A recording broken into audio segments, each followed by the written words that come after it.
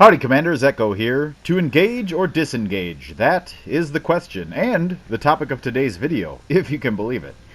To help us examine this question, we've got a solo game in the Tier 7 Tech Tree Royal Navy Destroyer the Lightning. What? I hear you fine ensigns say. Echo, play a Tier 7 and play solo? I know from the replays on this channel that me solo at Tier 7 is like spotting Udachi players capable of dressing themselves, but it does happen from time to time. I'm currently grinding a lot of silver these days, and Tier 7 Tech Tree is just not the best place to make that happen, so it's a little less frequent nowadays. But to the topic at hand, we're on Sea of Fortune, which in the last patch was the only map available to us in World of Warships Legends. We're in the northwest spawn at Alpha, and it's the 3-cap configuration. If you look at the team roster there, hopefully you notice that we've got a 3-base patch fail platoon of battleships, which does not instill a whole lot of confidence. Meanwhile, the enemy team has a Belfast, who's obviously been playing since March, a Jean Bart, who's obviously been playing since December, and we've got an Asashio, who's been playing since November. If you're wondering how I know those things, I'll just say that ship selection and patches can reveal a lot of information. Now back to the notion of engaging or disengaging. This is a question that comes up many times in World of Warships Legends, almost every game, for at least some of the players. And the answer to that question can often make or break the difference between winning and losing, between coming out victorious and throwing it away, getting a loss. It's often the players who fail to answer this question properly who throw their ships away prematurely and get next to nothing out of it. Now sometimes it can be advantageous to stand and fight, even to the death of your ship. Awesome. Sometimes that can be the answer. Bravo there. Okay. But more often than not, disengaging, living to fight another day, finding more favorable circumstances where you can better dictate the engagement, more often than not, those are the set of circumstances that lead to more victories than losses. Again, sometimes, yes, you do need to just I pretty much do that sit every there, battle unless I'm really not brawl it feeling out. Maybe you're going to die, maybe you're going to eke it out, depending on who's the better gunfighter, depending on how Rasputin number generator works, in whose favor, depending on who's got higher dollars per minute that game.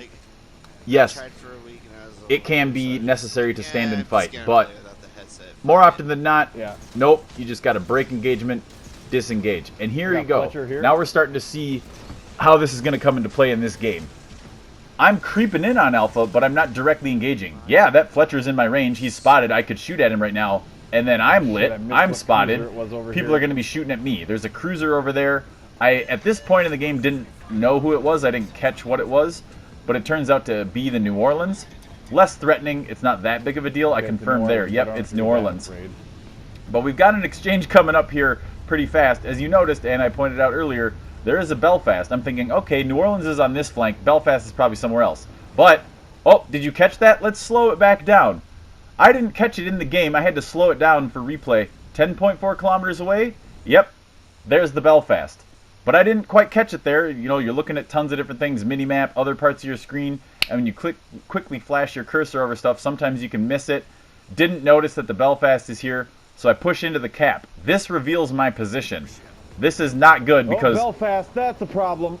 Son of a bitch. Oh, whoops. Belfast is there. Now, yep, I should have noticed that when he was 10.4. Should have begun to disengage at that point, not get within his 8.4 kilometer radar range. But now I'm in the cap. Now I'm within 8.4. He knows I'm here. I actually don't understand why he didn't radar me sooner. Maybe he didn't notice that the cap was contested because he was in the middle of a gunfight.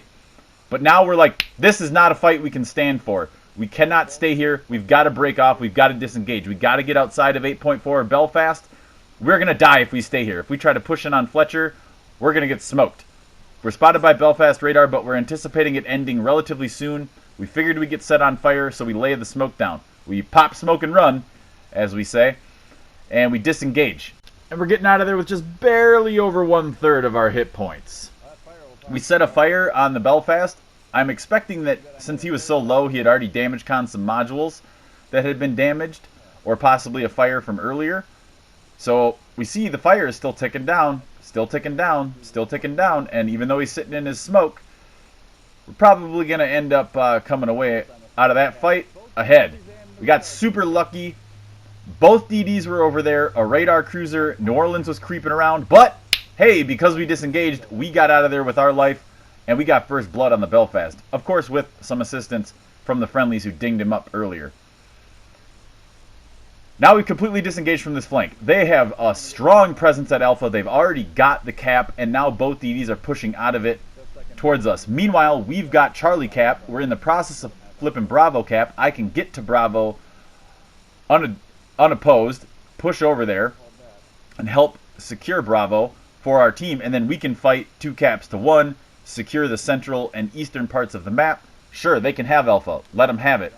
Yes, we're down 2 ships to 1, but that's largely because they've overstacked the Alpha flank. Meanwhile, we've got better map presence in the middle and the east, and especially if I come over here, I can further increase that stronger map presence. Secure Bravo, we're up 2 caps to 1, all because I disengaged. If I would have blundered in against Fletcher early, instead of launching my torps from outside the cap and waiting for the situation to develop, if I'd have said, ooh, there's a Fletcher, let's start shooting him, Belfast would have lit me up before I even knew he was there.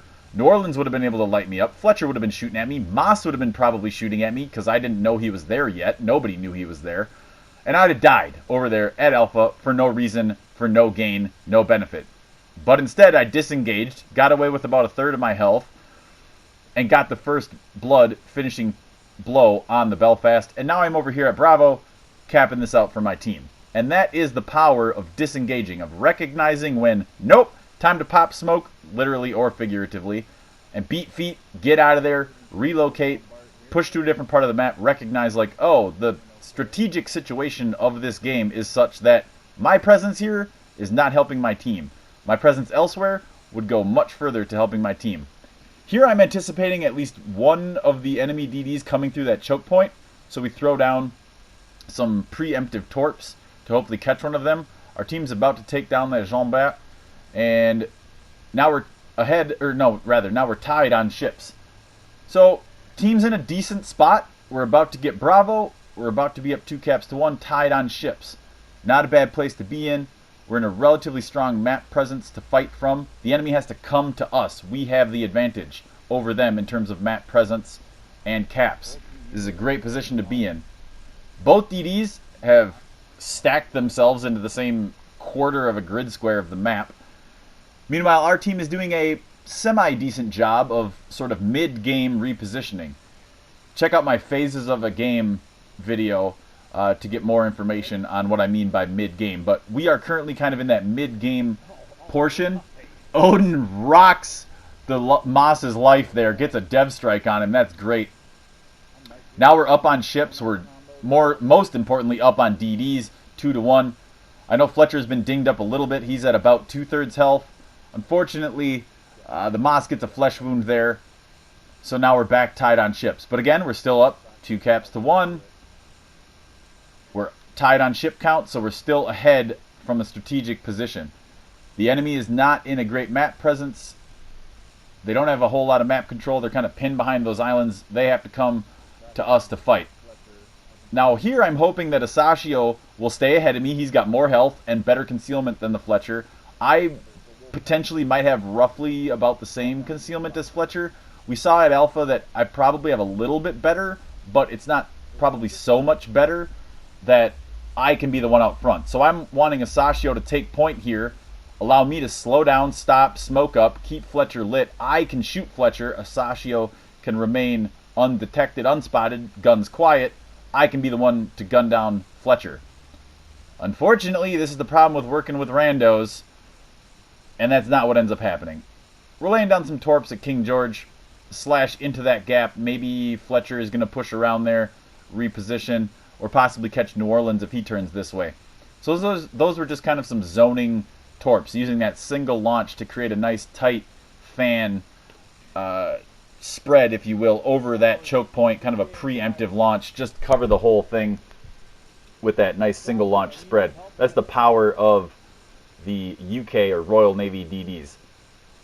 Fletcher's getting a little big for his britches, thinks he might push it on Bravo. If I were him, that's what I would do. I mean, that's what their team needs to do. Asashio blunders and gets himself spotted somehow. Not exactly sure how. If he's shooting in the open, New Orleans is just that close to him. Not entirely sure what Asashio's detectability is, but we're getting some fire slash torps on the cruiser there, and I'm redirecting and disengaging from that more southerly fight to come up here and re-engage with Fletcher. I know I've got some help from the north of Bravo there, so that if Fletcher does come in, I can potentially engage him with some help of friendlies. However, Roma throws a little fly in the ointment here. We slam the brakes on and change our engagement again. We're just reacting to the situation, coming up to Bravo to defend it. Since that southern flank push didn't really work because we couldn't really team up with the Sashio terribly well there. Again, the downfall of working with randos who don't get on comms. Now we're just deciding to engage with Roma here. We pop our smoke, which does reveal our position, but Roma has pinned himself between us and the island. Yes, it's a fairly maneuverable battleship, but I don't know if he's quite got the maneuverability to deal with the situation that he's gotten himself into. Basically point blank to a lightning single launch torps. 1, 2, 3, 4, 5, 6, 7. Wait a minute. That didn't count as a dev strike? That wasn't a dev strike, Wargaming? What the deuce? That was a single set of launches, and that guy was way above 50% health, robbed of a dev strike right there. But, man, did you see those low per torp damage totals on that Roma? Whew! That's a thick girl torp belt for you on the Roma. End up yoinking the kill there for the second time this game, one could argue. First on the Belfast, and then there on that enemy battleship with the fire damage. But it is a team game. You got to get the kills when you can. Who knows? He might have been 1 or 2 seconds away from getting a salvo off and taking out a teammate. So you got to get the shots in. You got to get the kill ribbons in when you can. Now we've defended Bravo effectively. Again, we wouldn't have been able to if not for disengaging at Alpha, coming over here, capturing Bravo, and then lingering around it, engaging when necessary to defend it. If we'd have died at Alpha, Roma would have got Bravo there. That King George might have got another salvo off before our team could finish him off. Who knows? We might not have captured Bravo as early. We wouldn't have as much of a points lead. The game probably would have gone totally differently. The enemies would have said, oh, their lightning's dead, and been a little more aggressive. Those DDs probably would have played a little differently. This game could have cascaded way out of control if I would have engaged instead of disengaging early game at Alpha there. If I'd have made the mistake and said, let's push in on Fletcher, this game very easily could have gone the way of the Reds. Impossible to say, but the game is going the way it is largely as a result of me making the proper choice early game to disengage.